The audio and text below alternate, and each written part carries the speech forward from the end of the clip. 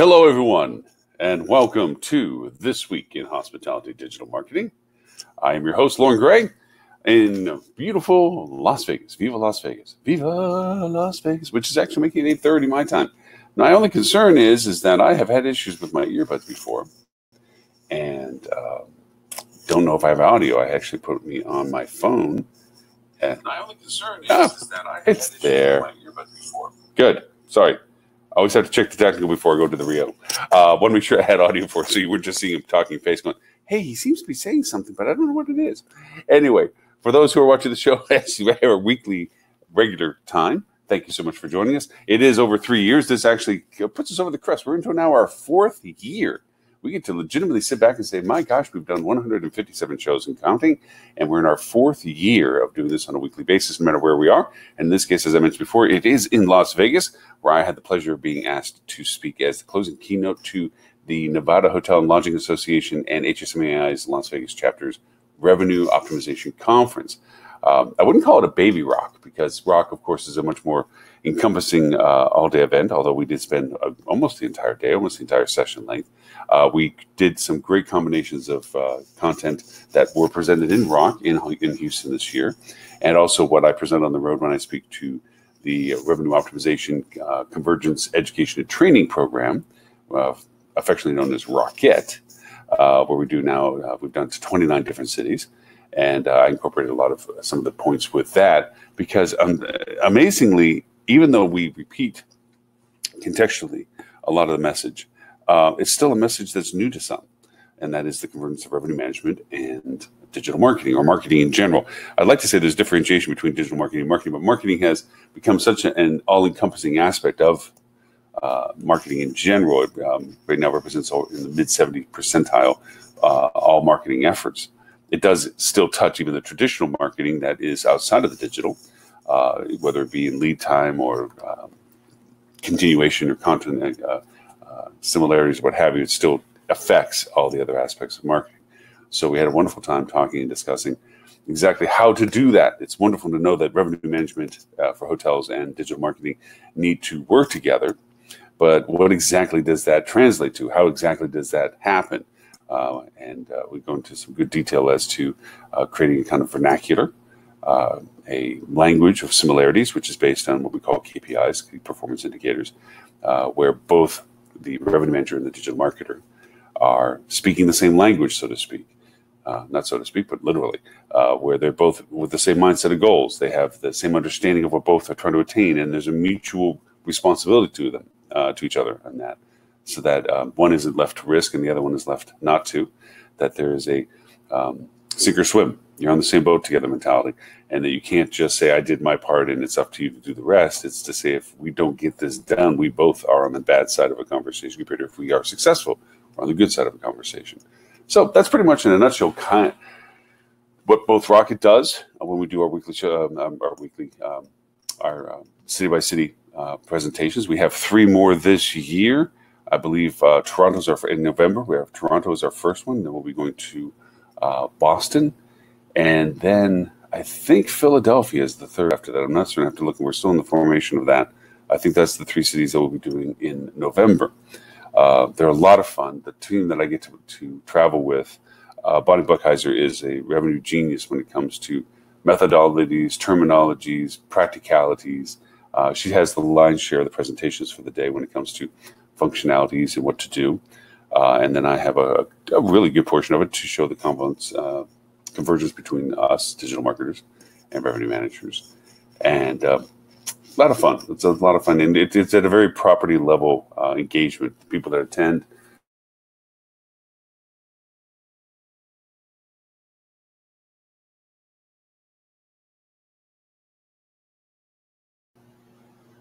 for some reason, all of a sudden, there's 2 of me, I think. Yes, there's 2 of me, and I have no idea from a technology point of view why that is the case, but there is. So anyway, that's my conversation about Rocket. So for those of you who are in those 3 cities, I can only but highly recommend that you think and consider to join us. From a property level, I said it's incredibly helpful, because a lot of times the general manager, the revenue manager, and his marketer or his salesperson who's handling marketing, or even the salesperson, doesn't know how to speak to the others, and it gives them a a time to sit and hear and listen to really how to create that dialogue, how really to understand what the revenue manager is trying to do, and the revenue manager to understand what the marketer is trying to do, and to realize that both of them have missing pieces to a puzzle. That revenue management has a very unique set of data that can be incredibly useful to digital marketers because it gives them a horizon line in which to target for.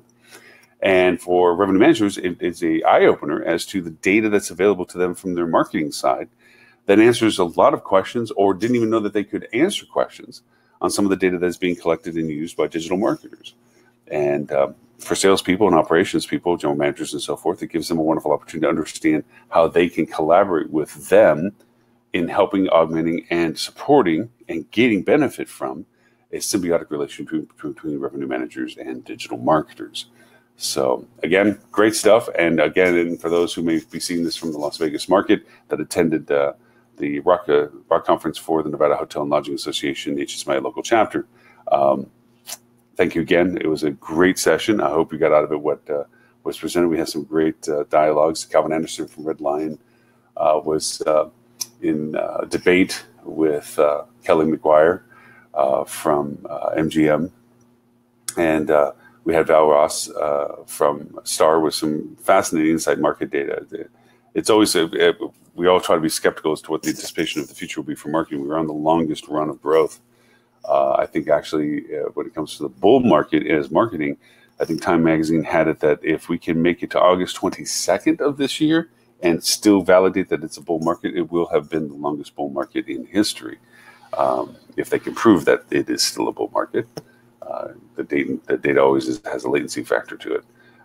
But if that's the case, we also know from a hotel's perspective that we are in one of the longest runs, the longest run I've ever been in the sense of positive growth, RevPAR and ADR and so forth. However, we are at certain plateaus. And if Robert were here with us, he would be able to elaborate more on some of the potential, not certain that's going to happen kind of thing when it comes to data as to longevities that we're still presenting. Some of the interesting data that did get presented by Val Ross yesterday from Smith Travel is that there is, for the earlier part of several years now, there has been a decline or an averaging of large box openings. Now, she was speaking to the Las Vegas market when she was tailoring this conversation, but she was referring to, of course, large hotels, big footprints. There had not been many in the pipe. When we've had this discussion on this show before, where there have been a lot of property builds, and still are a lot of property builds that are on the limited service or at best medium full flag scale. They're not building them as big as they used to be. They don't do them like they used to, kind of thing. They're not out for the big space. And there was very few that were in the pipeline for that kind of size footprint, that's growth. I'm witness to it, as a matter of fact, behind me with the curtains. I'm watching the landscape of Las Vegas change even more, where they're building new things. I'm staying at the Wynn Encore. Great hotel, phenomenal. Chris Flatt went over and gave me a wonderful mandate. She's the senior vice president of the organization. And it was a pleasure to be able to talk with her a little bit. It's always great to talk to people that deal with such a unique market like Las Vegas. But anyway, the large boxes are on the upswing, according to Star Travel, Smith Travel, that they are in the pipeline, or begin to have more in the pipeline that's coming along. And that's going to change a little bit of the landscape of where those are located, obviously, because when you put a very large box in a market, I would say even in the Las Vegas market, you're still dealing with such an increase in inventory, staffing requirements, on and on, that are of such a scale that some people, it still is, to me, so impressive to see large operations like here at the Encore or the Wynn or any of the large ones, Caesars Palace, MGM, what have you. The scale of operations necessary for it to be maintained, I would say almost Disney-esque way. And I say Disney in the sense that it's always been the benchmark as to how Disney handles its operations in front of its guests, that cast members, unique in itself, appear and disappear within the park because of its thought-forward production as to where these things were happening, so that all the things that happen in large-scale operations such as this, the cleaning, the maintenance, the attention to detail, the changes of decor and so forth, happen in such a cyclic way that the average user of their product do not get exposed to having to walk around construction or deal with large crews doing something or in any way deter from the magic or the experience that the large box is trying to present itself as. That's a testament to pre-planning and organization, and of course, manpower and resources. All of which, as we all know from every scale of business that we operate as, is very variable.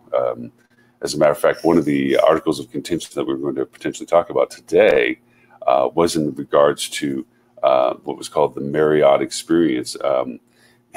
It was presented from, it was actually a Skift article, and let's see, I forget, Mark Schaefer was the one that wrote it,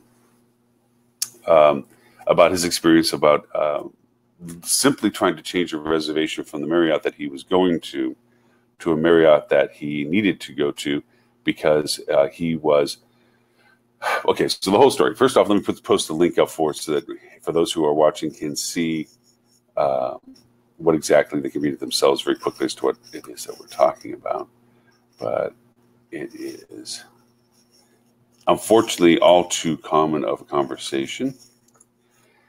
And oh, this is the Business Grow, wasn't Skiff? Sorry, Skiff had a follow-up article to this.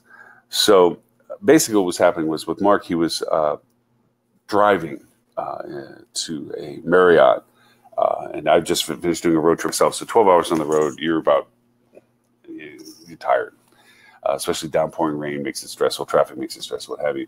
So he was driving for about 12 hours, and that wasn't going to be the end of it.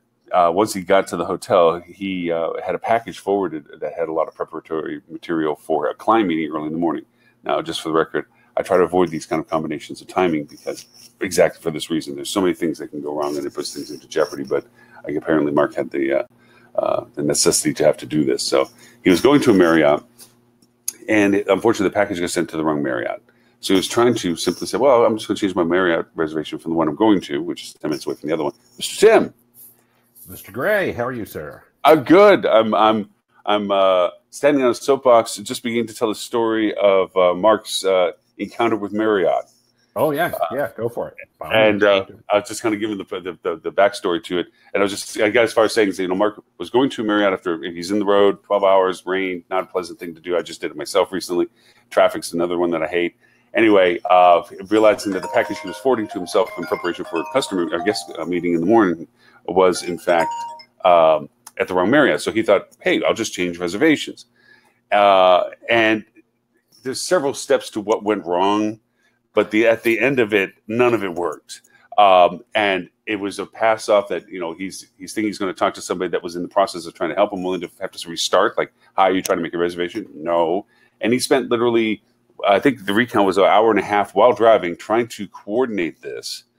And then at the end of it, nothing came back from Marriott saying, boy, did we drop the ball. Boy, that's terrible. So we're actually, from even looking at the tweet that they sent back, and to his point, kind of a defensive, like, hey, what you're saying isn't right.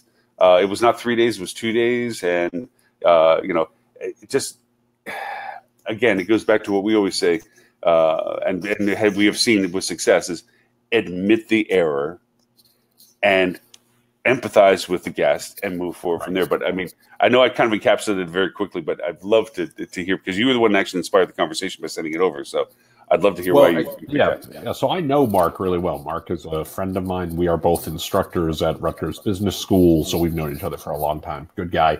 I want to point out that, Mark's not nobody, and this shouldn't happen regardless of who you are. But, this is a guy with 180,000 followers on Twitter, author of multiple best-selling books on social and things like that. So, he's pretty well known and talks frequently about what a great experience he has had with Hyatt. So,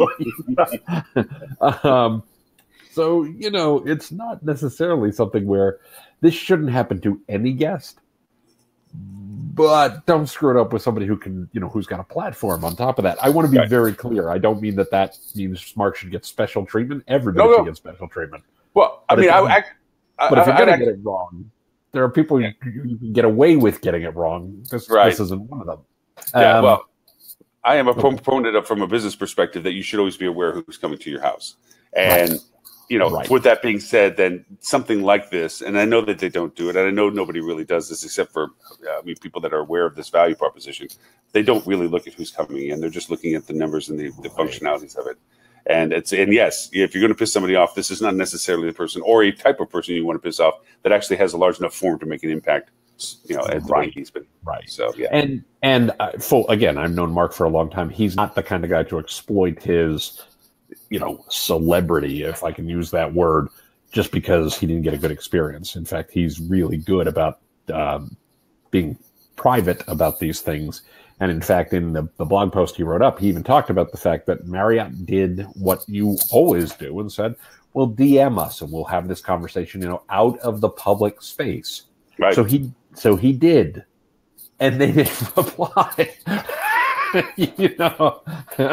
I mean, he used the terms in the headline, epic fail. And while I'm not always the biggest fan of that phrase, this is one where I don't know if it was an epic fail, but it was a pretty big fail. It was a fairly large screw up, not how you want to do it. And definitely, not where you want to do it. Right.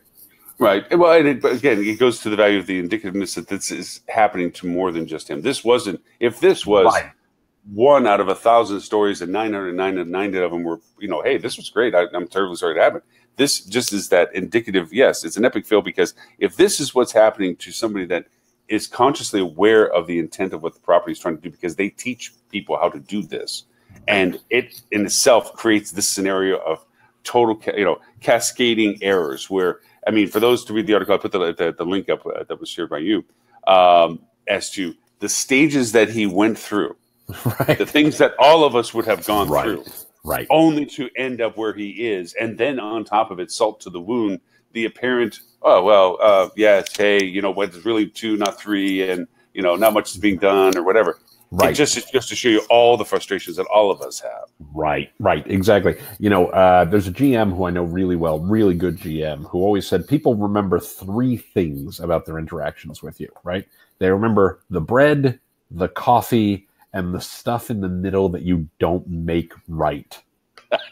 Right? They remember the first interaction, they remember the last interaction. And if you screw something up in the middle and you don't fix it, they're going to remember that too. Yeah. And this one, they fouled up the bread, they fouled up the coffee, and they fouled up the stuff in the middle and didn't make it right. How many stories have we heard over the years of people who have recovered from one of these, and it's gone on to be a really great experience? Yes. One of the more bizarre experiences of my career, a hotel that I've done some work with, a client of mine, who will remain nameless for obvious reasons, had a service failure during the course of a guest stay. They did not do a good job. And as it happened, the guest posted on their Facebook page, on the hotel's Facebook page, that the guest in question was a minority, and this is relevant to the story. And the guest basically posted that because they were a person of color, they weren't being taken care of. And clearly the hotel, there was no intent nor action in that regard in terms of not taking care of this person because they were a person of color. They just screwed up. It was a normal service failure, right? So they had to work doubly hard to, reassure the guest that A, they screwed up, B, they were sorry they screwed up, C, here's how they were going to make it right that they screwed up, etc. And what ended up happening was the guest did a wonderful thing. They A, took down the comment, and B, put up a second comment actually saying, I posted something earlier in anger that was unfair, that, maligned these people unfairly, etc., without, actually having had a conversation with them, etc. They actually have been nothing but wonderful, and I'm sorry for even suggesting such a thing as, it looks like it's screwed up. Yes, it doesn't look like. Yes, they screwed up. But no, in no way did it appear to be motivated in any way by, racial animus or anything along those lines. They just fouled up, and they did a lot of wonderful things to make it better without just, buying off the guest, right? It was more, we'd love to hear your feedback on what we did that made it seem like that could be a thing, because that's never our intent. And we want to use this as an opportunity to learn and to grow and to say, how do we do better? Because clearly that's something we would never want to do. And if you felt that, then we did something wrong that led you to think that. And we want to know what that was so we can get better overall. Yeah. So it was, it was really a really positive outcome of what was a bit of a horror show immediately. Yeah. Okay. And taking that point in mind, if Marriott had done, even if they followed their own policy of what they should have done in this circumstance, this would have turned into a feel-good story. Because he probably, and I don't know him near as well. I know of him. I've met him and so forth. And nothing I've ever met of Mark has ever said that he would have been this, no, I'm going to drive home the point regardless of what you've done. Oh, yeah, no. You know what I mean? That had they come back and said, oh, my God, thank you for putting up with us. You know what I mean? Right. I can't believe we did this, blah, blah, blah. Please allow us to do this, blah, blah, blah, whatever. And again, not necessarily to buy him off. And certainly not just because he had a platform large enough to stand on. But please let us show you how we will handle everybody that unfortunately, would ever have to go through this, because that's the amplification we're worried about. And it would turn into a recovery story. It would have turned in, guess how bad it was before it got good, you know? Right. Instead, no, it didn't end that way. Well, and there are those people. I want to be fair. Clearly, there are people who take advantage of the situation. By far. The influencers who use their platform to, beat hotels over the head and say, if you don't do X for me, I'm going to say negative things about you. I want to be really clear. Mark is not that guy at all. Anybody who knows him, anybody who reads his stuff, he prefers, as always, to talk about the positive. Let me show you examples of people doing it well, right? Mm-hmm. So this, for anybody who's watching the show or, watching it later, who goes, yeah, right, this is one of these guys. Not that guy, not what he does. And the travel space is not his core space by any stretch. So he's definitely not trying to make a name for himself on Marriott's coattails. This is more, they did a bad job. And what, it's funny, he and I actually had dinner the other night, and where this came up, we were having a conversation about it. He wasn't aware of the reality of, the fact that there's the franchisor, the management company, and the ownership group. And he said, what's funny about this is I literally found myself wondering, who owns this property? Like, who's responsible for this property? In other words, there are sometimes seams in our industry, right? Seams in the stitching sense, right? Where the ownership group hands off to the management company, or the management company hands off to the franchisor, right, to the brand. And we shouldn't let the seams show to a guest, right? A customer shouldn't be aware of that reality. And here's a guy who's not in the industry, doesn't know the industry, and literally found himself wondering, who ultimately is responsible for this thing? Because it didn't seem like anybody was. Mm. And that was kind of the problem. I tell a story years ago, and I'm going to bash the brand, and it's okay, I don't care. But I DirecTV years ago. I bought a home with a dish attached to it. It was the first time I'd ever had DirecTV or any kind of satellite television. It was not a world I knew anything about. And I simply wanted to purchase television programming on the dish that I had. It couldn't be done. No. Because one company sells the dish, one company services the dish, and one company sells the programming. Yeah. And ultimately, I ended up learning. I ended up having to buy a second dish to be able to get television to my house. Wow. And B learned way more about the way that DirecTV works from a business model than I should ever have to care about as a customer. Right? Why do I give a crap that there's different business entities, handling different parts of the transaction? And that's kind of what happened to Mark too. Yes, right? yes.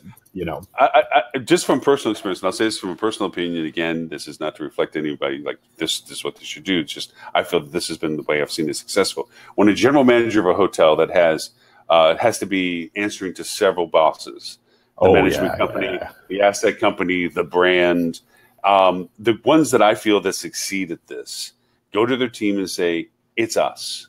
It's us. Okay. Right. I'll deal with when the brand walks in the door and we raise the Blam flag and we all salute it. I'll deal with them as to what their goals are. Okay. And when the ownership comes in, we raise the flag of the ownership and we salute them.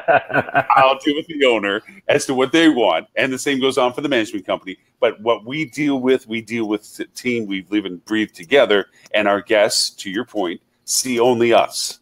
Right. The GMs that fail at this are, hey, management wanted me to do this. Ownership wanted me to do this. This is the brand statement that none of them are agreeing. Pick which one you want to blame, but it's not us. Those are the ones I think that don't succeed at it, because that's when you get these experiences that Mark had where it's not them, it's them. And it's not us, it's them. And as long as they feel they can hide behind something, because that's their way of survival, then you're going to have these circumstances where even though the best policies were placed in every one of those positions, it all failed because none of it worked. Right. That's exactly right. That's exactly right. I'm actually looking for his blog for a second, just because there was one point that I thought was interesting. Where was it? Sorry. No, and I didn't know if you got this earlier on. I'm actually in Viva Las Vegas. Oh, nice. Oh, fantastic. Yeah. It was fun. I learned about powered curtains in a way I didn't want to learn about them. When you get up in the morning, okay, and you hit everything on. Oh yeah. Oh yeah. And then you walk to the bathroom, and as you walk back, go, wow, it's awful bright. Holy shit! Right.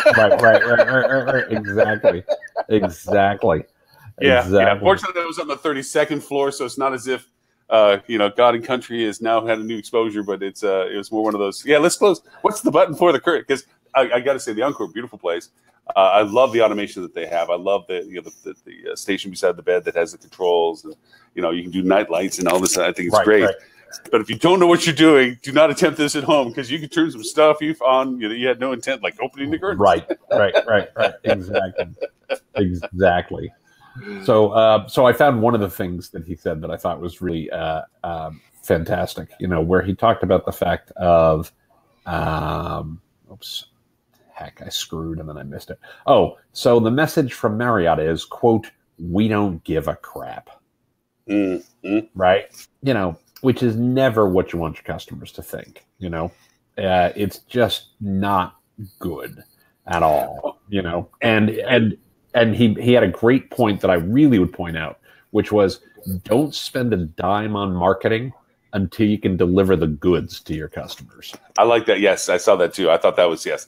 I think it goes to is like it's a fair weather friend. When things are great and they love you being the footprint in the market that you're in, they're your best buddy. When this stuff happens, they do things like, hey, we don't own the place. They have to represent themselves. We have to coordinate it with the franchisee. They get this distancy aspect to them, and it's kind of. And I wouldn't even say mayor.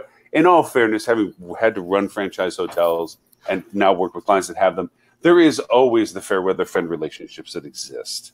Where when things are good, everybody loves to share. Yeah, because everybody wants to share and bask in the glory of whatever success they may have had. And by the same token, nobody wants to go over and take the bullet just because they can in a circumstance where it went bad.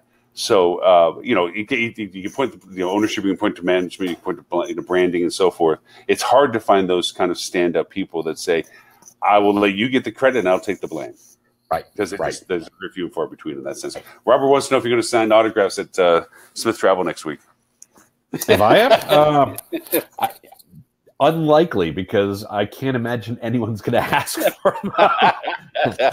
I suppose if somebody asked for one, I would sign an autograph. There you go. Well, if I was there, I would do it for you. I think I'm the only one that's not attending. Everybody I talked to yesterday. The reason why I'm in Vegas, I started the show with this, that I spoke at the Nevada Hotel and Lodging Association, and it's just me. I wanted to do a new ROC revenue optimization conference, and it was fun. We took some of the things from ROC of Houston this past year, and then mine from when I do the Rocket training that's in the cities that we travel to, and we kind of put it together. It was a lot of fun.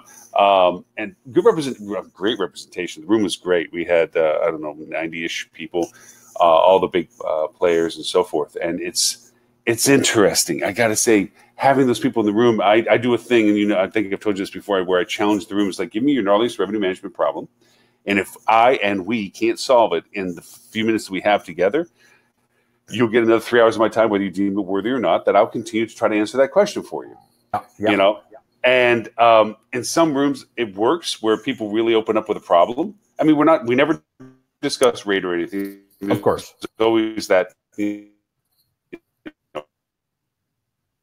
strategy marketing. And, finally, I mean, nobody wanted to really crack open with it because nobody wanted to share anything that was any way usable by anybody else in the room because it's such a high competition and ecosystem. Oh yeah, here. Sure. So it was a little hard. We finally got MGM to crack open, and it was fun.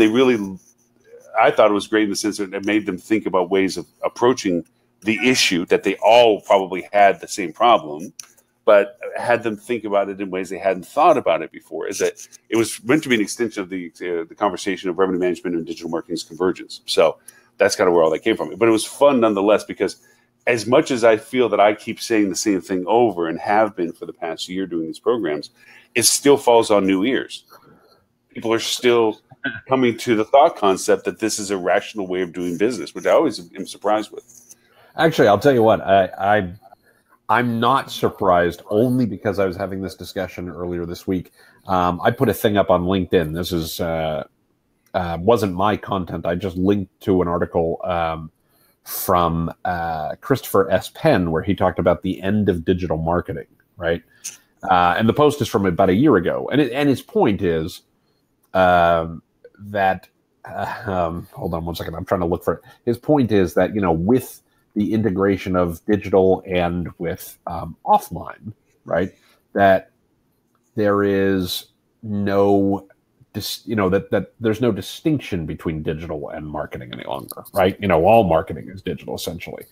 Now, what's funny is our good friend of the show, Max Starkov, posted a reply where he said,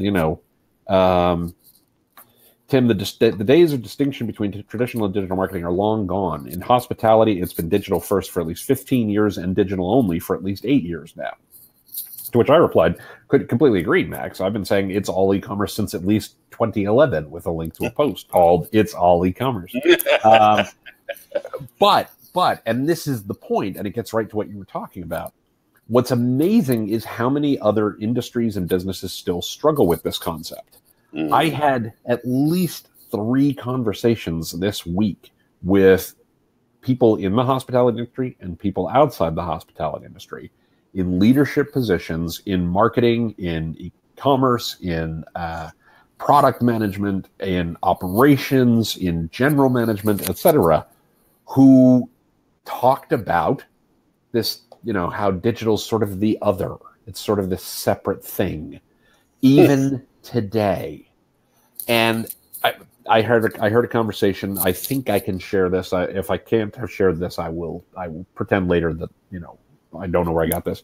But I was talking to somebody who we know really well, who I know particularly well in the industry, who had some interns this summer from various places, all about and how one of the interns worked in distribution for the first time in her career, and was shocked to learn what distribution was, because she goes to a very well recognized hotel school. Some might even call it the hotel school.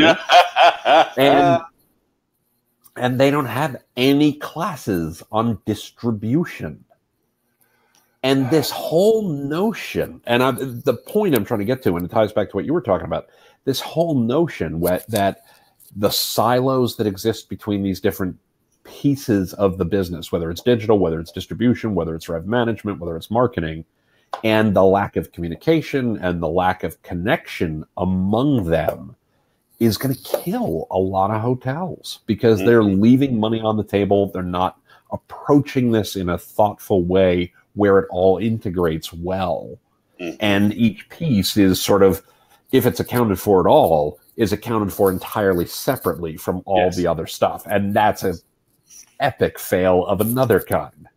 Yes, and it's kind of fun because I do this as a taunt, and I probably come off cocky, and I tell people in the audience I'm probably coming off cocky by asking these questions. I said, out of 29 cities I've been to, you would be the 30th I'm asking the same 2 series of questions, and I've yet to have but one person answer one question legitimately with a backup of information in any capacity. I said, first off, what is your most profitable channel.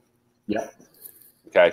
Now I get answers like, well, direct channel, like that's the cost, profitable channel, but is the percentage of that channel's contribution really making it the most profitable channel? Right.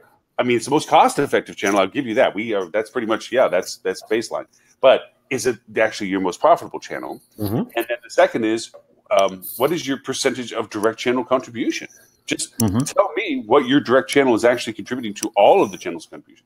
And that one still has gone unanswered.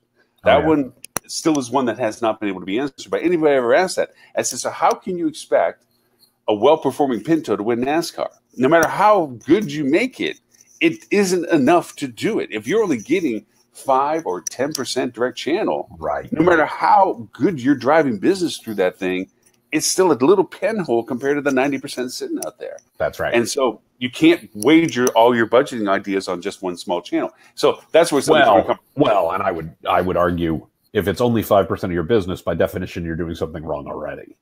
Yes. I mean, realistically, right? Yes. If digital and if direct isn't, 20, 25, 30% of your business today in measurable heads in beds business, you're doing it wrong. And that's before we get to the production it influences through other channels, right? Yes. I'm talking just measurable business of 20, 25%. You got some problems. You can give one of us a call. You should call one of us and we can help you with it. So the guy from C Event, and I'm sorry I'm saying the guy from C Event because I actually talked to him for a little bit and I totally blew his name here. He had a bit of a presentation on stats and so forth. It was kind of fun to watch, and there was a couple of eye openers for me that I had thought about and didn't think really were real. He said that electronic contribution or electronic business, digital business, is 77% of their total perspective right now. Oh, I believe that's true. Yeah. Now that one was like, okay, so there's legitimized numbers to the, but then he was showing some DMA markets, New York being one of them, where group rate was actually higher than transient rate. Really? And I'm like, really? That's what I said. I'm like, really? And then, of course, he went on to explain, that, of course, makes challenges for your transit because then you have, your block dissolution. Like if somebody finds a better transient rate, what happens to your group blocks and so forth and so on. And he didn't dive into it much because he wasn't out to create a solution. He was just really presenting numbers and facts for this kind of stuff.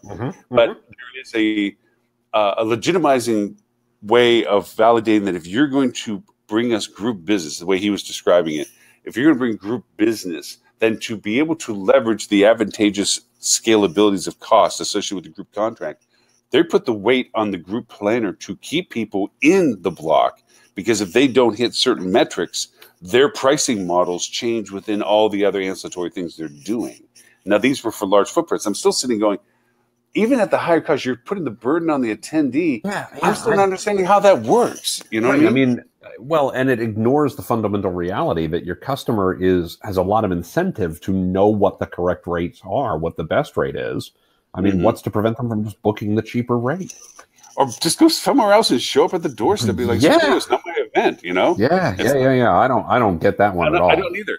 But New York was one of two that he pointed out. I should say the other one that was either San Diego or LA or something had the same thing. And I'm sitting there going, how can your group rate float above your transient and still sustain that? So it was one of those things. And then Val went over and pointed out something. I'm sure it's part of the conference that you're going. Like I said, I'm probably the only person that's not going next week.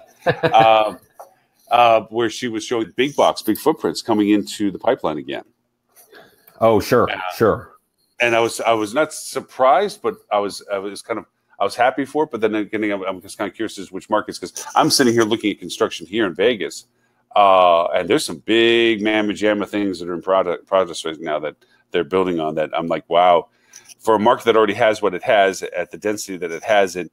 You're really putting a lot more into it, because there's 3 major projects right in front of me that they're ramping up for it, and just the scalability of staff and so forth. It's just, I'm always impressed. I'm always impressed when I come out here. It's like going to Orlando in that sense too. The scale of what the operations are like here. New York, again, are 3 iconic destination markets, I think, that are unique into themselves. I don't know if I put anybody else directly in that category with them. In the U.S. anyway. Well, in the U.S., no. But the challenge I have with it, and you just hit it on the head, Lauren, You just really hit it on the head. That I think is a real problem as we go forward, and we're seeing this in a lot of markets right now. Is staff. Being able to staff.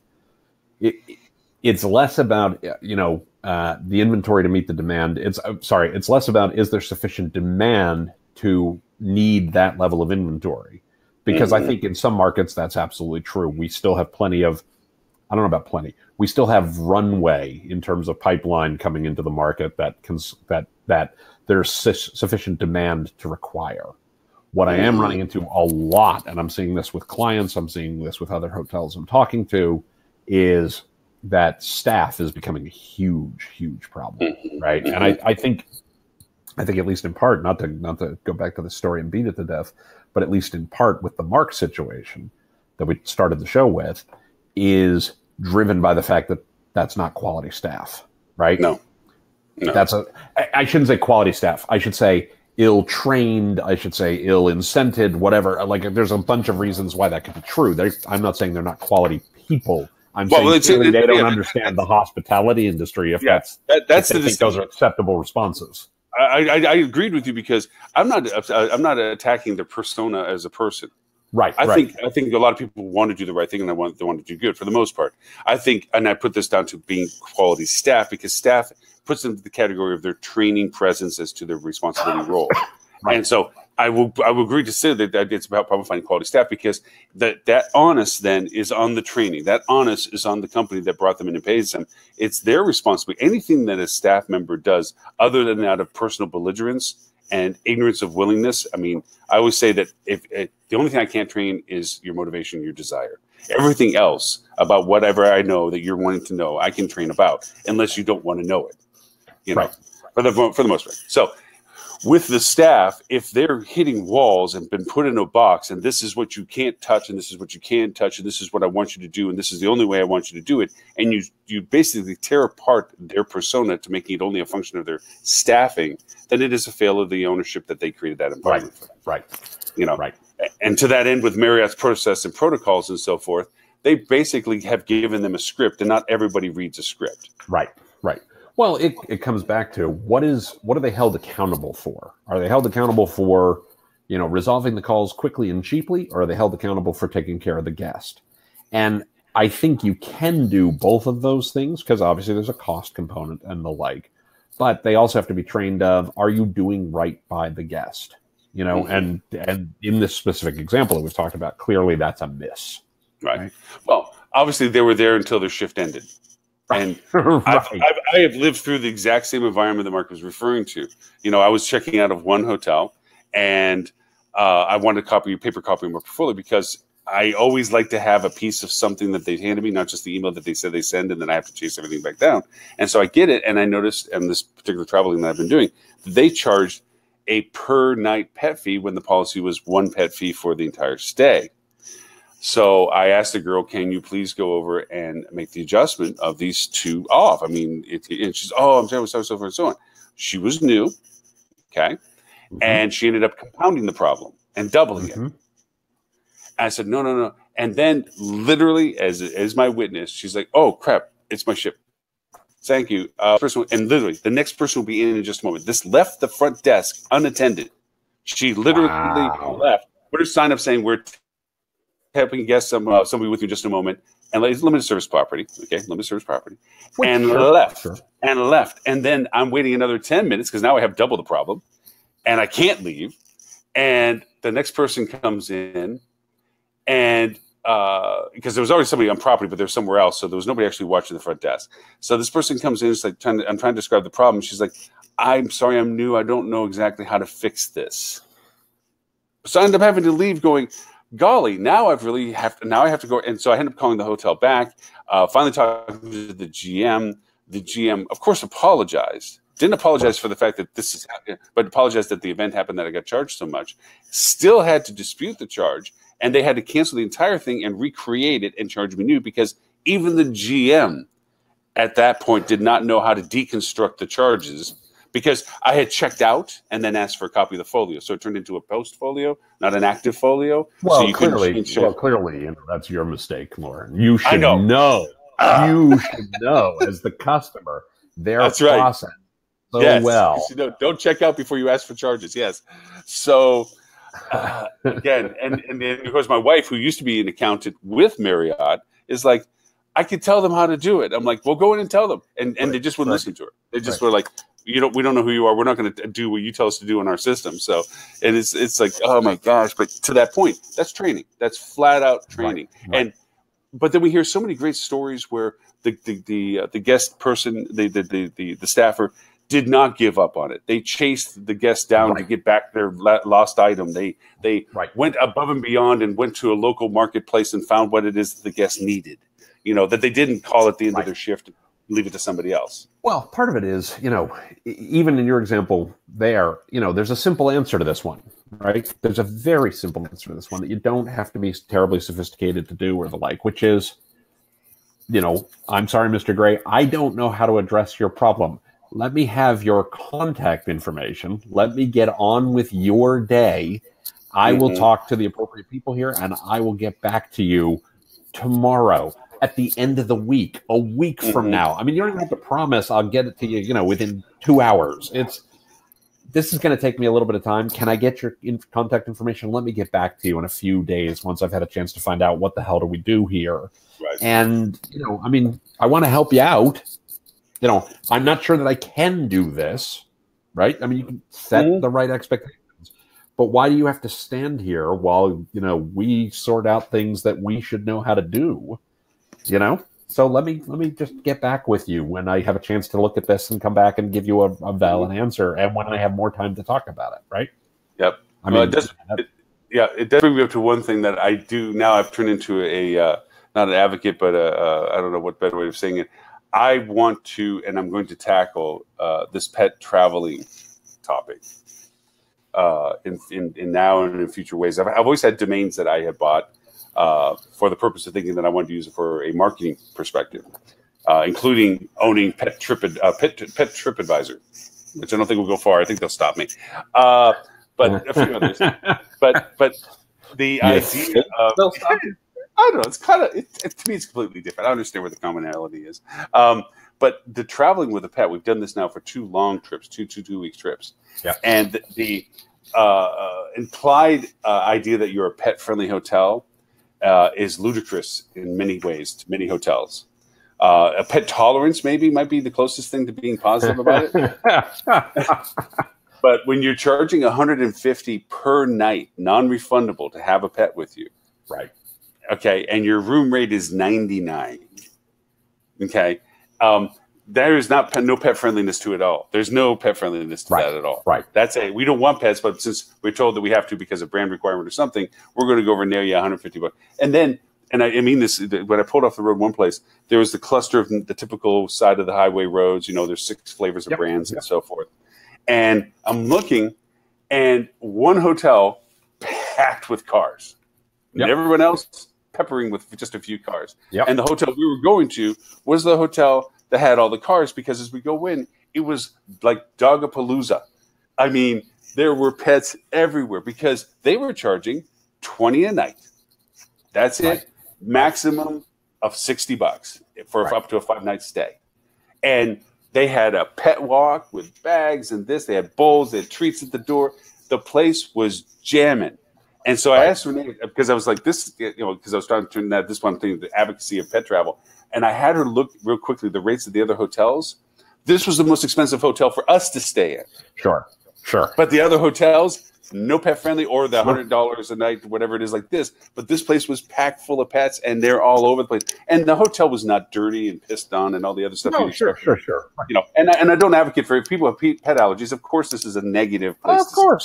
Of course. But no, they realize their niche with their location on the road. We talk about those side of the road things. This was in that location that all of us were like, we have a dog. We got to get him out. We got to walk him. We're tired. It's 6 hours from somewhere else, blah, blah, blah. And they realized where they were, that juxtaposition of halfway between here and there, that they could charge the rate, but they offered the special, and they were jamming. Right. And I was just like, you go.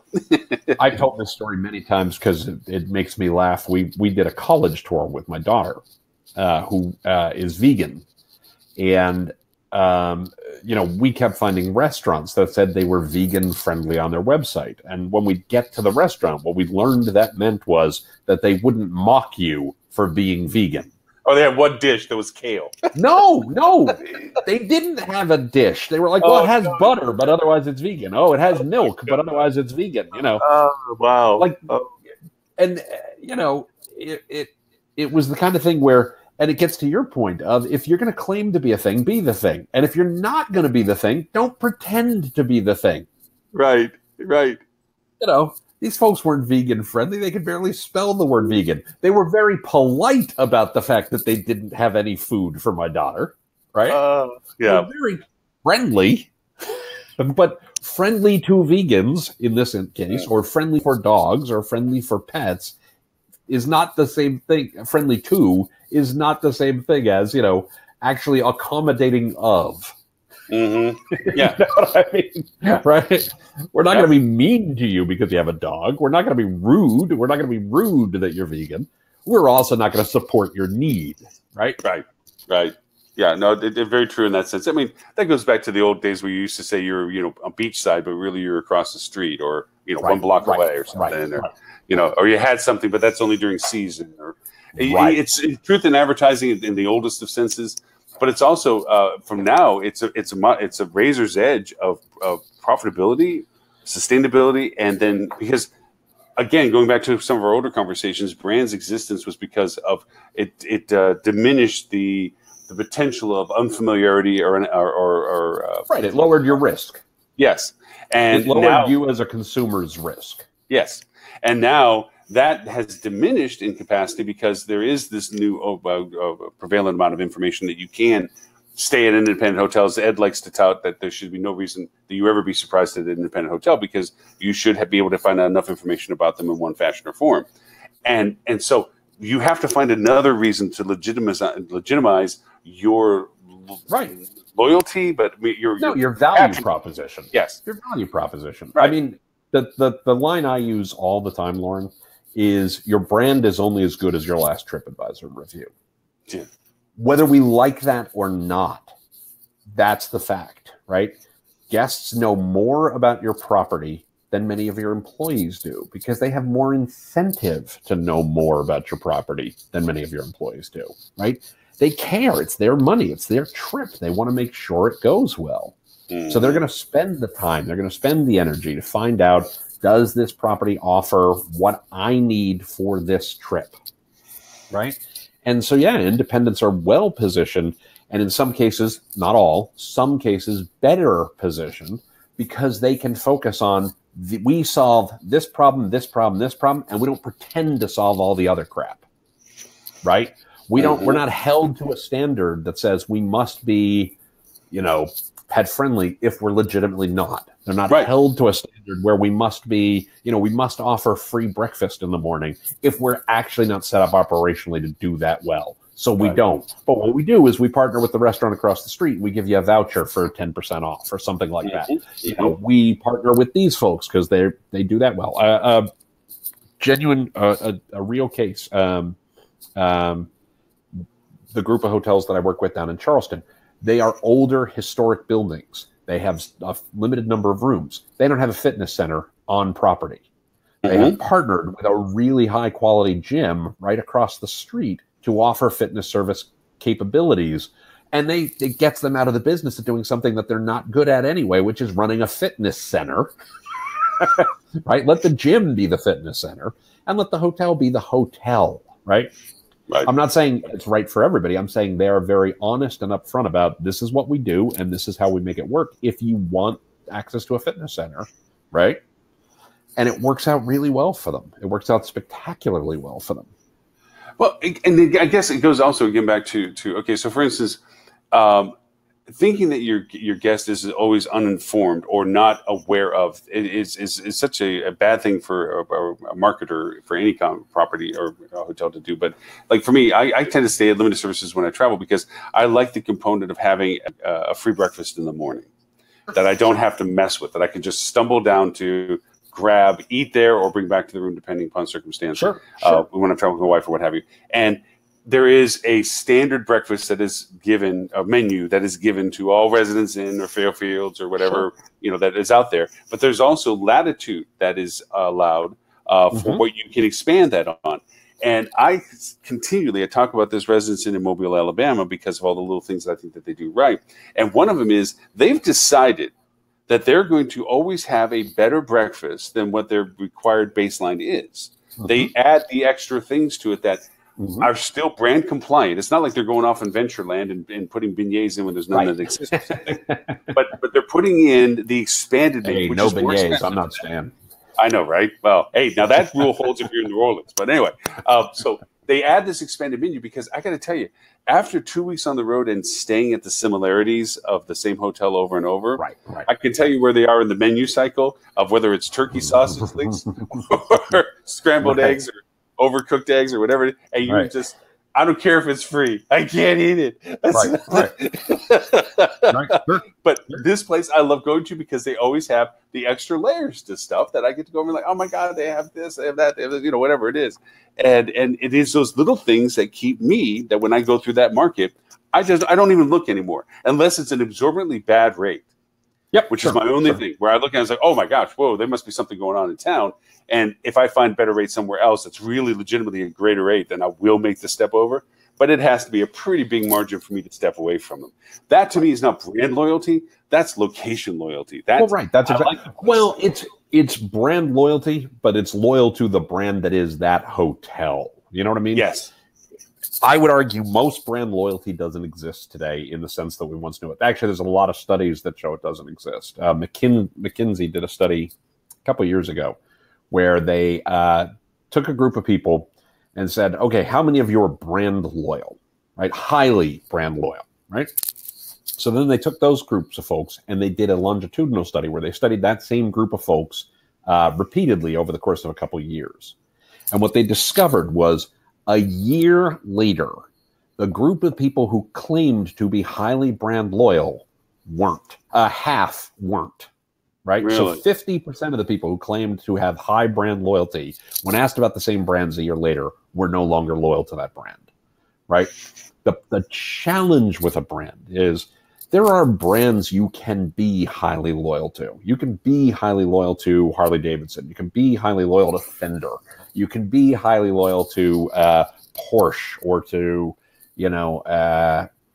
a great hotel that might have multiple, properties. There's a story about Belmond is putting itself up for sale. You can be highly brand loyal to Belmond, call it what everybody else used to call it, Orient Express, because you knew what you were going to get and there were certain standards and they always met them. The problem with brand loyalty today for most hotel chains, and I'm obviously an advocate of chains where they're appropriate, but the problem they have is that the product is sometimes so inconsistent or so undifferentiated from every other property in the market, regardless of the flag, that how can I be loyal to a box of rooms that's just like the box of rooms across the street? If I were to stay in a Holiday Inn Express, or I were to stay in a Residence Inn, or I were to stay in a Courtyard, or I were to stay in a Wingate Inns, and I were sitting in the room, could I tell those properties apart? Could I tell those rooms apart? Right? How can you be loyal to one of them? If the answer is no, how can you possibly be loyal? Right? And that's the problem, is that they are undifferentiated or they're inconsistent, one or the other, right? I can't be loyal to something if I go to one and I get treated one way and I go to another one in the same brand that I get treated a very different way. Well, I'm not going to be loyal to that brand. Right. So let me ask you, I mean, that's not a hypothetical question. Let me back up why I'm about to ask this. So when I put out this pitch to this group as to give me your gnarliest revenue management problem that we can try to work with. And of course, I didn't have one. I finally had one that popped up. They're doing a completely rebranding, reflagging of their hotel. It's big footprint, casino, so forth and so on. And I didn't want to be mean sounding about this, but most of my and I was soliciting participation from the audience as to what they thought, but they didn't want to help a competitor. They didn't want to give that missing piece of the puzzle. So I kind of got aggressive with my solutions for them by pointing out how you can rip the business out of your comp set, literally.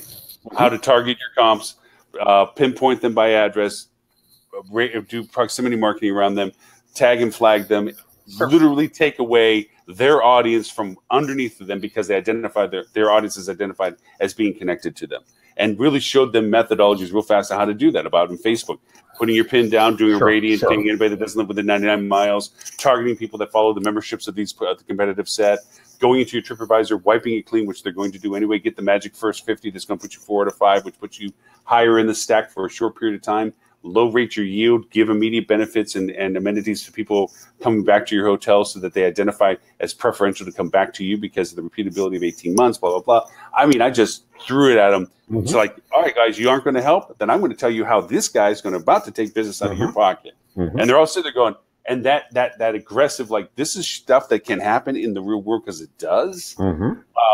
They're sitting there, and I think that actually made a harder point for them than all the other stuff I was talking about, because there was like, this is somebody that's taking what we want to do for ourselves and literally beating us over the head for this. I mean, this is the stuff that can be used against us. If we don't learn how to do this stuff, somebody like him is going to help somebody like him do this against us. And I think that made a much more profound point.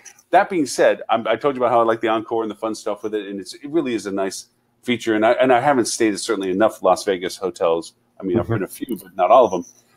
They all have a unique feel, and I'm like, oh my gosh, this is so nice. If I come back, I look back. How, in your mind, with a market full of uniqueness, that each hotel has beautiful palace. I mean, this has flowers and stuff. It's gorgeous downstairs. It's a lot like the Bellagio.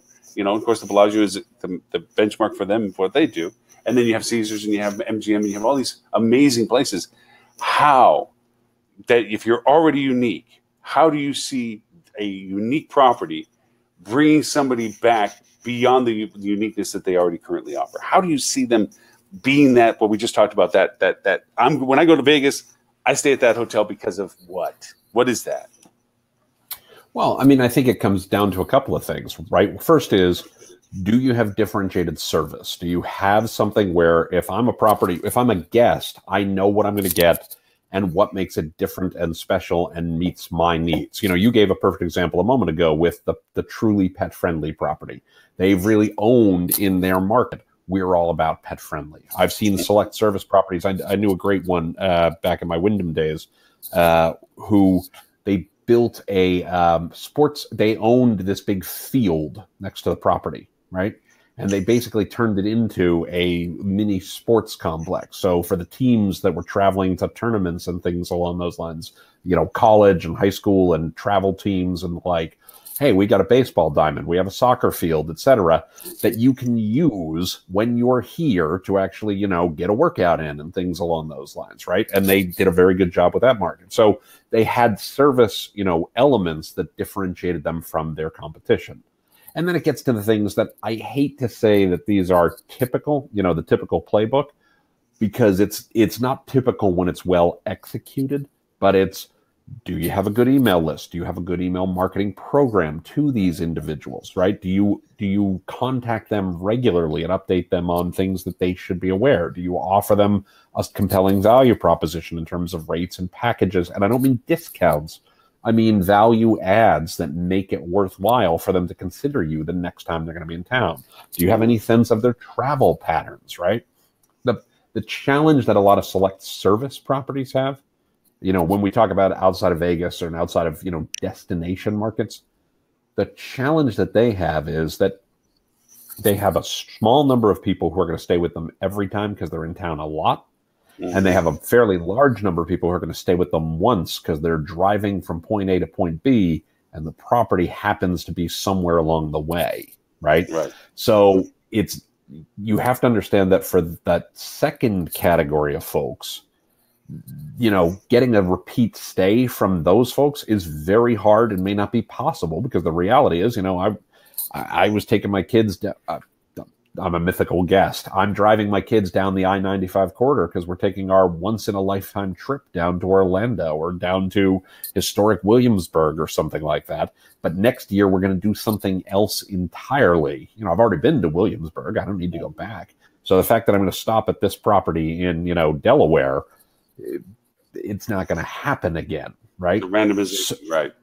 Right. So you have to understand which set of guests fall into which category and then do the right thing for each of those. How do you appeal to those folks who are coming to you for the first time versus how do you get the folks who are coming to, you got the gray collar worker who has to go see clients in town every month or every quarter. How do you get those folks to come back repeatedly? And do you really understand which bucket those guests fall into? And do you have the right marketing programs around each bucket, around each segment? And I think you make a really good point, because I think that from my perspective, and I'll tell you why in this moment, is why I think that they're leaning towards the guests that have the opportunity to repeat their stay with you, the ones that have expressed that, whether by business, travel, or what have you, that they're going through, really need to be focused on. Because, wait, I'll tell you a little bit of my reality now. Before I want to hear what you have to say on this, but I would just say, when you say really need to focus on, it depends, right? Because that might only account for 40% of your business. Yes. But that doesn't mean you shouldn't focus on it, because you want to make sure you get all of that 40% of your business, right? It's not an either or. I guess it's probably a better way to say it. That's the only point I wanted to make. Yeah, right. Yeah. It's I want to focus on it because it's a sustainable market segment. It's like having like finding a wellspring of water that's perpetual. Maybe a small trickle, but annuity, right? Yeah. Compared to the deluge you get once a year kind of thing. So the reason why I said this is like my travel world, and this was a road trip that I just took. I had to go see go to a family reunion in Nova Scotia. On our trip back, we wanted to slow it down and just kind of be tourists on the way down. Well, weather changed our schedule, which also meant it changed our travel pattern, which also meant it changed our stay pattern. So hotels that I checked in, my wife is phenomenally excellent at this. She'll look and she'll book it 2 or 3 others. It gives us branches to go to.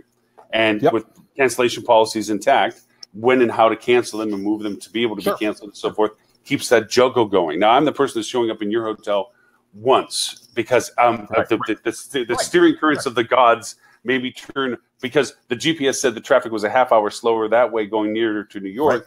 If I go outside New York, means that I have this option, and so we're going to stay here instead of there. We confirm, we cancel. And so I'm that once in the person blue moon that comes through that stays. Okay.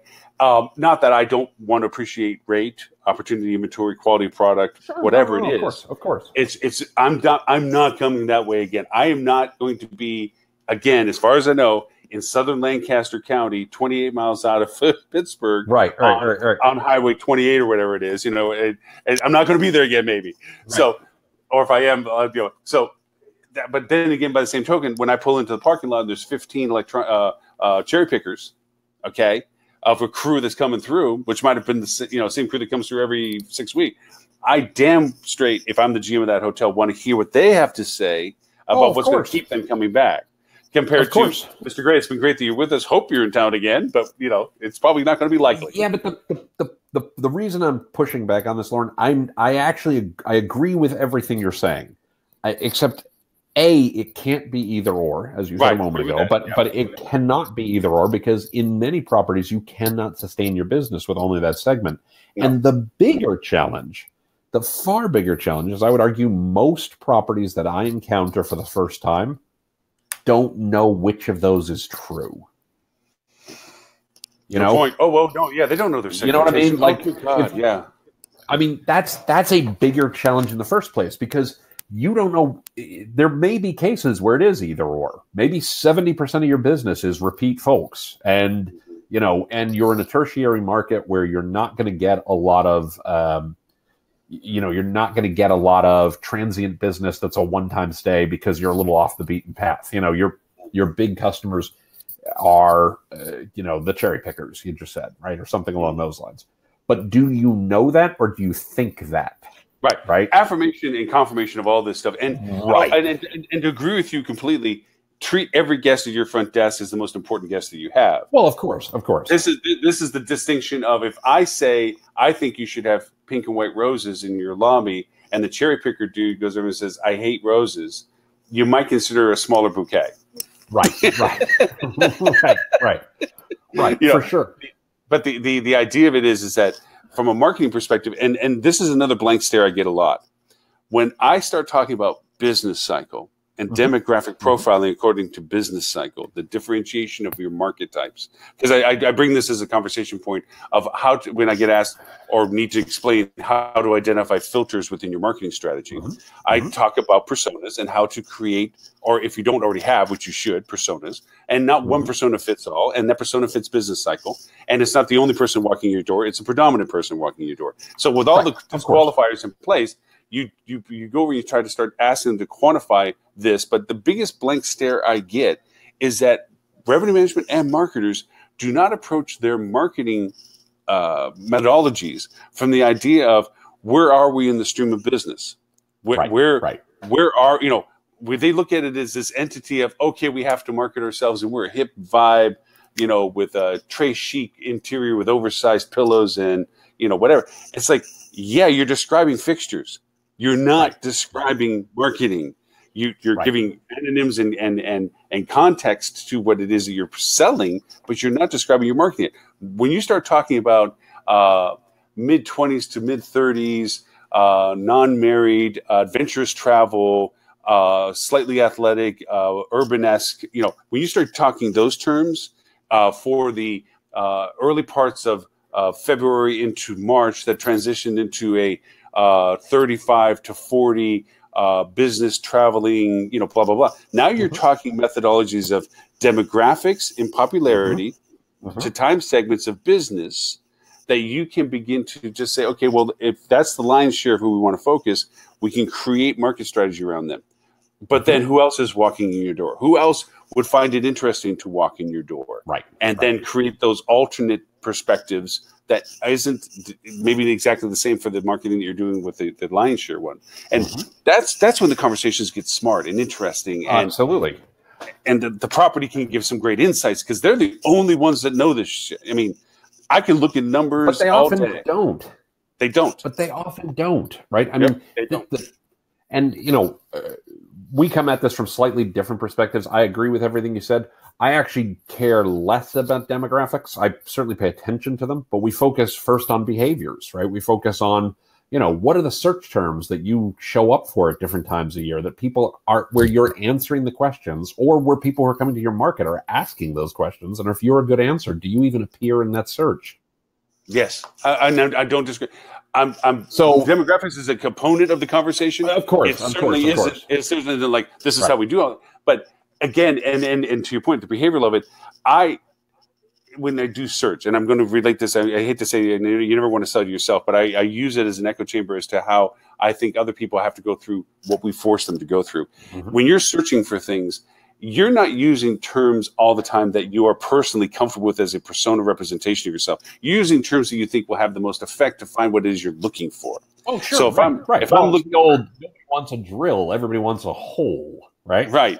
But again, that's a component of the data, right? Another component of the data is, what do people talk about in TripAdvisor reviews for your property and your market, right? What are the things that they like? What are the things that they don't like? What's their sentiment about those things, right? What is, to your point, obviously demographics play some role. Psychographics play some role. If you're primarily a B2B property, firmographics play some role. What's the per diem on the business travel accounts for your target customers who are coming to see? Correct. Yeah. Right. I mean, all of these things play a role into it. But again, it comes back to, is that 80% of your business, or is that 20% of your business? And is it the folks who come all the time? Is it the folks who come some of the time? Is it the folks who come once? Or is it the combination? And what is the breakdown of those? And are you doing the right things to answer the questions in the guest journey for each of those segments, for each of those groups? And if you are, you're putting yourself in a good position. And if you're not, you're putting yourself in a position to get your lunch eaten. Yeah. Well, and I made this example before for a different reason. When I was speaking up in Vancouver years and years ago, I had a gentleman come up to me and he says, "Lauren, that's some great stuff. Boy, that's some crazy cool stuff. But I'm in Yellowknife, Canada, and half the year I got Oilers. And half the year I got nobody. You can shoot a cannon through and not hit nothing." Right. And, so all this e-commerce thing, story, by the way. Ain't gonna. And then, of course, as he's walking away, he said, "But if you're going 16-point elk or a 24-pound bass, let me know." I'm like, "Hey, can you do that on some of the months that you're not busy?" He's That's like, exactly right. But the marketing idea of this is that for half the year you have to see that, okay, I just need I need a bed that people can crash in because they're working their asses off. No, sure. Other half of the year, I need to have brochures. I'm being coy, about deer hunting and fishing, and have information about people that are local guides or river patterns or whatever it is like that. Right. So there is a demographic component to it. There's a business cycle component to it. Of course. There's a behavioral part to it. And from what you just pointed out about what are people searching for, you have those who are saying places to stay when busting acid, oil refinery, and Yellowknife. And then you have another group of people saying how to find a 16-point buck in the middle of BFE. Right. Kind of. Well, and I mean, that gets to a great question of, did that property create any content? Where's the content about why this is a great destination for this? I mean, this gets to a core thing that gets lost so often, that is a hotel marketing and hospitality marketing 101 that we forget all the time of. You got to sell the destination first, right? Yes. If you're Yellowknife, why is anybody going to Yellowknife at all? If you can't answer that question, how are you supposed to sell your property? Right. Exactly. Why are they coming to your marketing? And I think this is the part that makes people not that they shake their head, that they don't think about or hadn't thought about. There is time sequence to this. This isn't a single answer. Of course. It's a layered answer based on the cycle of business that you have. To your point where, knowing about your business and your market, the industry and your market, is indicative of when that is a component of your business cycle. Exactly right.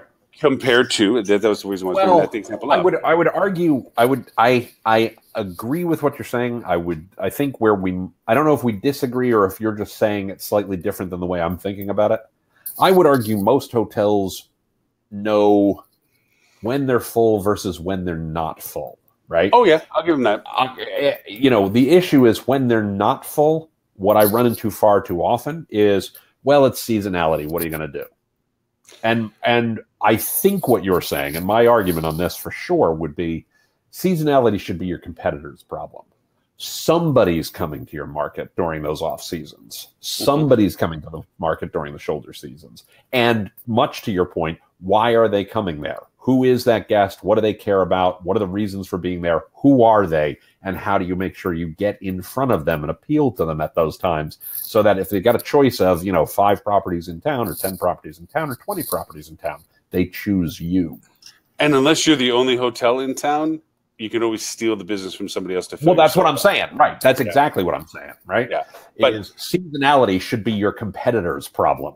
Right. But if there's 100 people coming to town and, every night, and you are a 100-room property, and there's, 2 other 100-room properties, it should not be 33 in one, 33 in one, and 34 in one.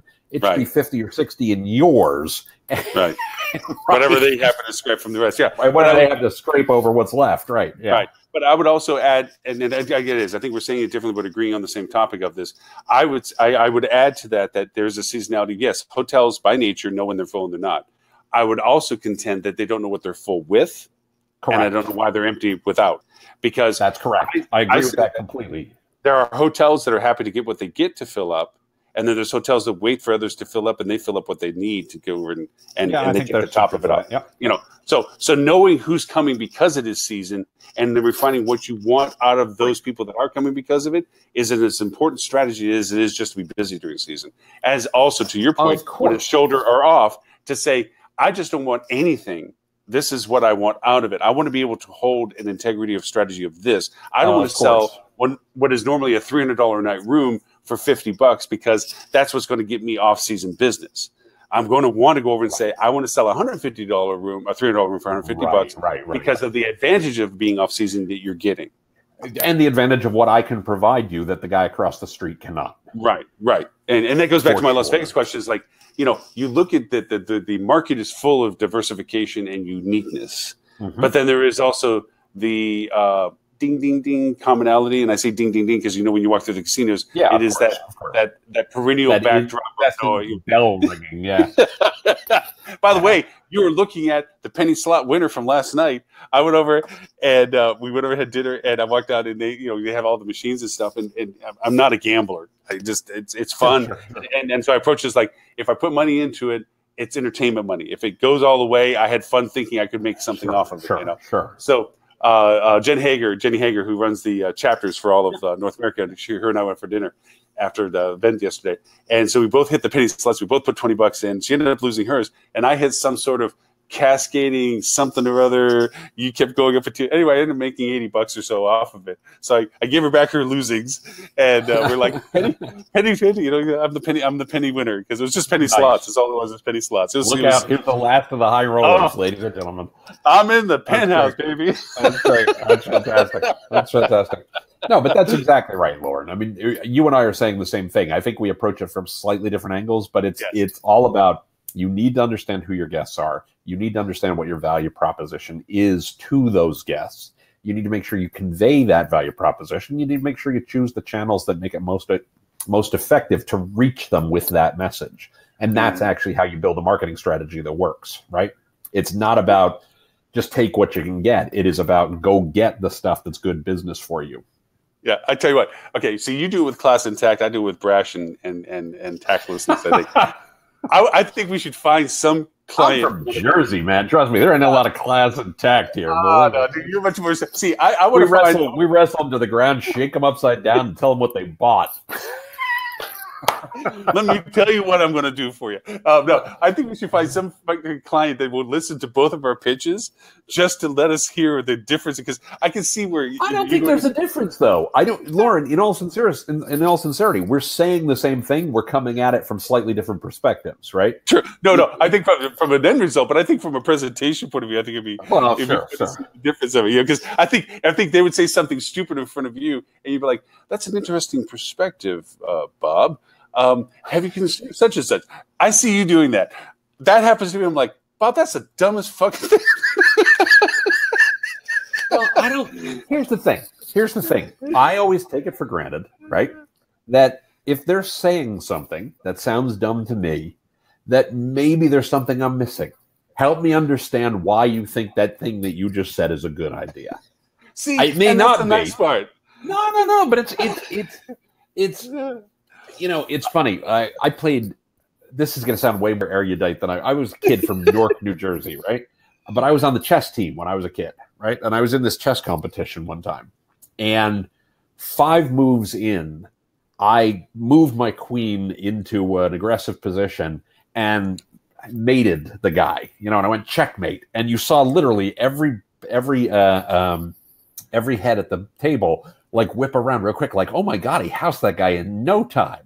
And what I'd forgotten to do was position my knight to protect the queen. Oops. And the guy looked at the board and went, "No, it's not," and then took my queen.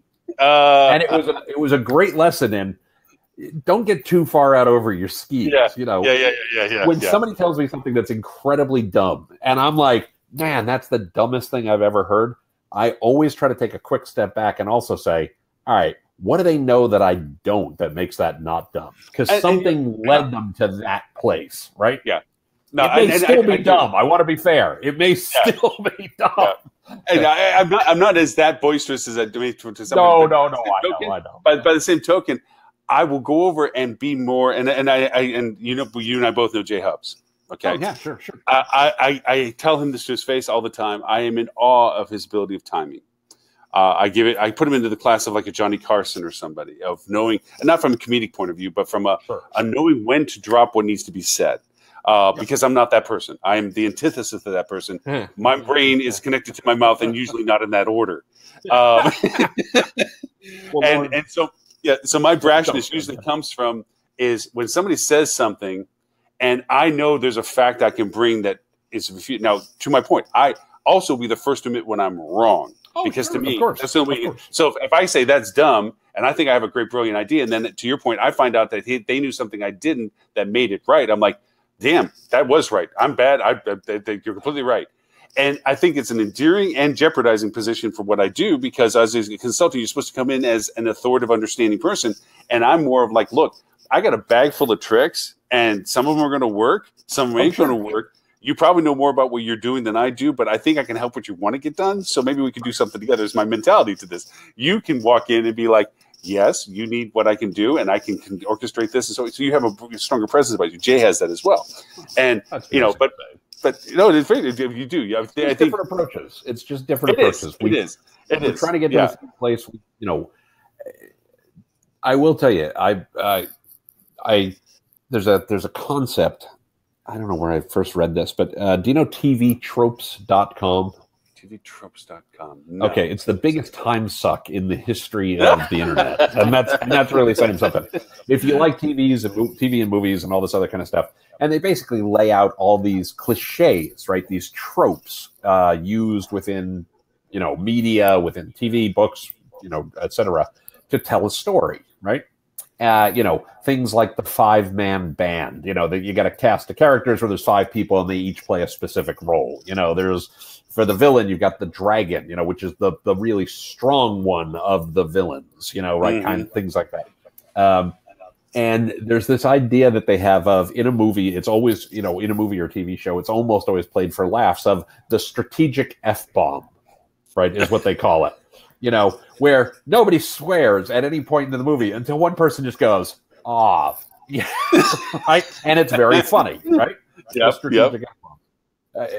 I am a big fan of the strategic bullshit, right? Like, will somebody will say something and I'll just go, bullshit. Yeah, bullshit, calling you. You don't need to use it often. You just bring it out when it's necessary.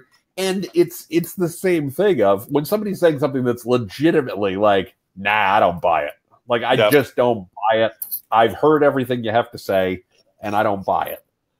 So it's just a question of picking your spots versus, being more out there. Neither is wrong. It's different approaches, right? That's funny you say that, because I mean, as you're saying this story, it's like I remember times where I've done it where back in when I was with an ownership group and the brand was coming in and they were touting, I know it was just complete BS.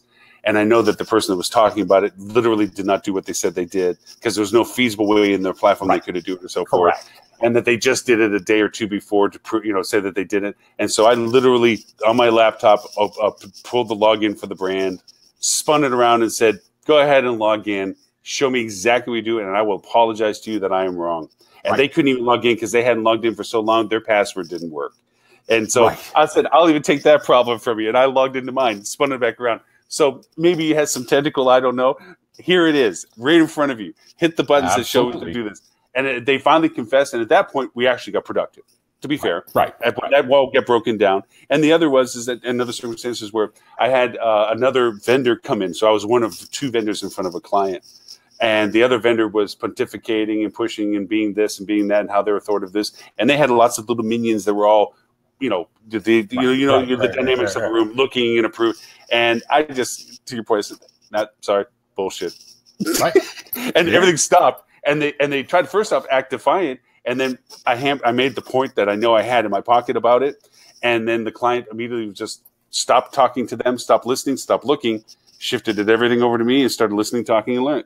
It's like, that's why he actually put this together, was because he needed an answer to something that apparently we weren't saying the same thing on, So one of my all-time favorite tools, I was going to say tricks, but it's really a tool when I go in and do an audit for clients, is, you look at their paid search, right? Well, there's a log in Google and in Google AdWords and Google Ads that shows you every change that was made to the search campaign.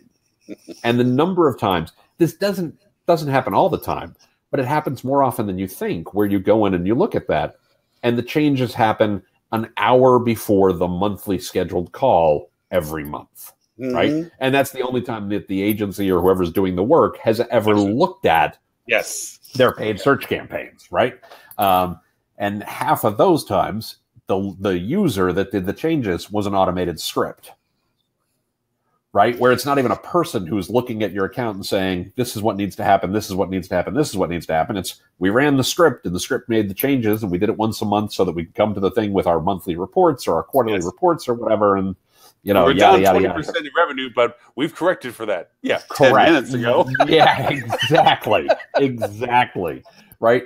So, I mean, yeah, and you need to be able to call bullshit on that when that's the case, right? When somebody's doing stuff like that, it's like, wait a second, have you really thought about this client? Have you really thought about what their needs are? Are you really adjusting what you're doing to accommodate their actual problem, or are you simply running a playbook? right? With no thought to how this actually applies. Right. You're checking a box. You're checking a box. And you run into that far too often. Rafat Ali wrote a great piece this past week about the 21 uncomfortable truths that I've learned about the travel industry. And I took issue with one of them slightly. I'm going to read the point. Where is it? He said the consultants run amok on this industry that fears change, and they milk it for what it is worth, right?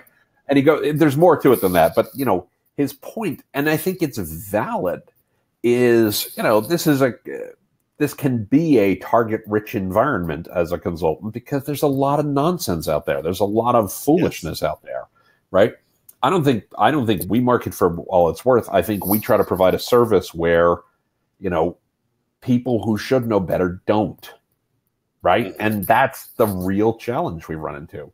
There is too much disinformation. There's too much, well, we run this playbook for everybody and it works for everybody.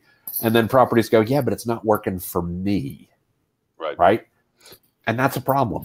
And I think that's something, I don't see that as, by the way, speaking of somebody who consults outside of the hospitality industry, that's not unique to the hospitality industry. No, I wouldn't say that. But there is a lot of misinformation out there. There are a lot of agencies who I think do a half-assed job. Not all of them by any stretch. But, and I think there are agencies where if you're a good fit for the type of property their playbook works well for, they're going to be spectacular for you. And I think those same agencies could be terrible for other properties where you don't fit their playbook well, right? It's an excellent playbook as long as it's a good match to the property. It's a terrible playbook if it's not a good match to the property. Absolutely. And I run into that all the time, I think the niche that I'm finding myself more and more comfortable in is advocate of truth, where bring me in when you need me to answer a question that you have of doubt. And if you don't need me past that point, we're fine. If you need me to execute needed changes, I can be there for you, bring resources to you. But again, there is so many people in the industry that probably really do poster child exactly that statement. They're in for opportunistic evaluation. They try to create a dependency upon them as we won't tell you what is needing to be done, just that we're able to do it. They work on fear and doubt. Like if this doesn't get done and you're not aware of it, it's going to fail. And it's so easy to see that. And I give any recommendation because I see the white noise of stuff on LinkedIn. I see the white noise of advertisement on Twitter and so forth of these people that are wanting to be what we do to a different capacity, whatever capacity they want. And their first push into the space is, don't know about this, we can fix it. Are you doing this? If not, this could put you in jeopardy.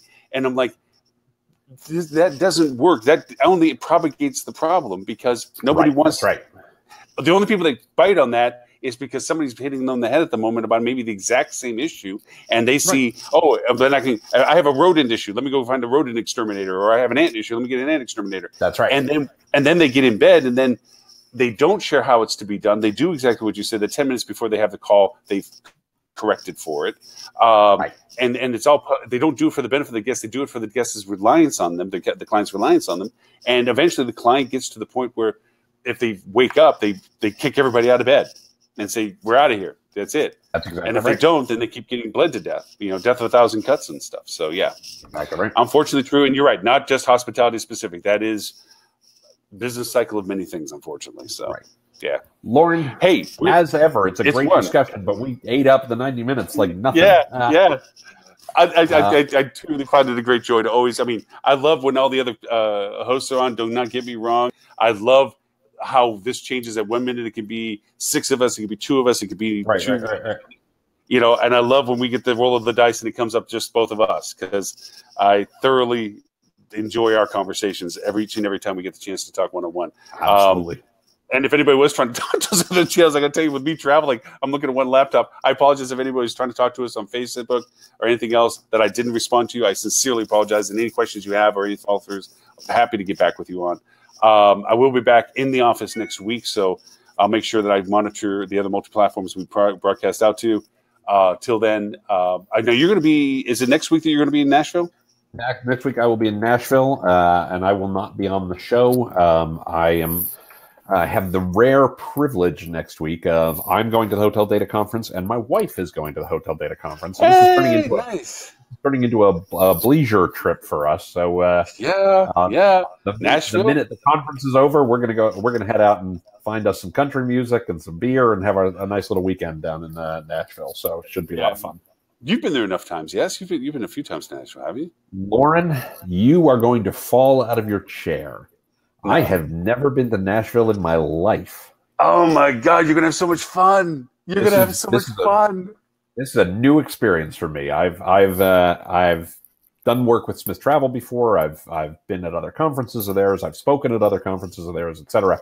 But I've never been to the Hotel Data Conference before, and I've never been to Nashville before. So this is all new. Okay, I'm looking forward. I'm as excited, and with no disrespect to the wonderful folks at Smith Travel. I think that the Hotel Data Conference is going to be a great show. They got a great agenda. I'm really looking forward to it. I also am thrilled to be going to Nashville for the first time because you might be aware I'm a little bit of a music fan. So I'm a no. You're gonna like a schoolgirl. Oh my God, you're gonna. I mean, and that's the thing. Just to share, I know you got to remember, but the thing that Renee and I, and my wife, not in this, but even we're in bars at 12:30, 1 o'clock in the afternoon. The performances that were in the bars of everybody trying to be discovered, or right. The music was like, how can they not be on a record? They sound freaking phenomenal, and they're only given 30 minutes, and then boom, they're kicked off, and the next person's being shoved up on stage. But do tacky things, and I wouldn't say tacky. It's not tacky at all. It's kind of interesting. It's really phenomenal. They have a full-scale pantheon, Greek pantheon. Oh yeah. It's cool to actually go to what it should have looked like. You know what I mean? It's of course Vanderbilt's there. It's a neat, the music, the walk-arounds, the moonshine, good stuff. And the country music, the museum. I mean, I'm not a full-blown country music fan, do not get me wrong, but it is, I didn't know about East Coast, West Coast. I didn't know about many things and the stories of some of the country artists. I didn't know what they went through to get where they were on some of the stuff. And I'm not talking about the current ones. I'm talking about the old, Twain, You're talking absolutely. It really amazing. And then, of course, they have some amazing pieces in the museum. It's a beautiful museum. But yeah, I'm so for you. I thought you had been there enough times, but dude, you're at the especially. You're going to be in music freaking heaven. I am more than a little excited about this. I am giddy like a schoolgirl, man. This is going to be a fun trip. That's awesome. The only unfortunate part is we have somebody house sitting for us who's only available for a couple days, and I have commitments the following week, so we're not going to get to spend a ton of time. There's probably more things to do than we're going to have time to do, but we are some of the mansions. The mansions that are around that you can see. Well, you know what it is? All this is going to do is stoke the fact that you're going to have to go back because you're going to be like, I didn't get to do that. I didn't get to do that. I didn't get to do that. And of course, and this happened to us because when we were there, some really great country musicians show up at the bars because they like to be there, and some big country musicians show up to go over and play and stuff. So but anyway, all right. Again, Tim, thank you so much. If people want to know more about what you do and where to find you, where is it they can do that? TimPeter.com is the place for all of the stuff that you want to find. You can find me on Twitter using the Twitter handle @TCPeter. And Lauren, where can they find you? They can find me at hospitalitydigitalmarketing.com /live for all of the archive episodes that we have of now 157 the library. And of course, there's a bunch of stuff. With it being budget season, for those who may not be totally into gear with it quite yet, I do have a budget calculator that's out there. It's a good stick in the sand. It's not by any means am I endorsing it to be your final authority for budget creation, but it does give you maybe a presence to manipulate numbers to give you an idea of where your marketing, according to industry standards, should be for payments within digital marketing and what percentages should go towards it, and it helps you with your channel distributions and so forth. But it's a fun, cool calculator that's on the side as well. Plus a few other things, meta-search and other things like that. But that's all at hospitalitydigitalmarketing.com. To replay the episode as well. Anyway, Tim, awesome trip. Again, I feel bad that out of all this travel I was doing, I dropped the idea of going to Nashville. Like, I just couldn't do 9 weeks in a row, so I dropped, unfortunately, the one that everybody else is showing up to this time, because I'm with Holly in New Orleans the week after with her training the trainer program. I'm one of her trainers.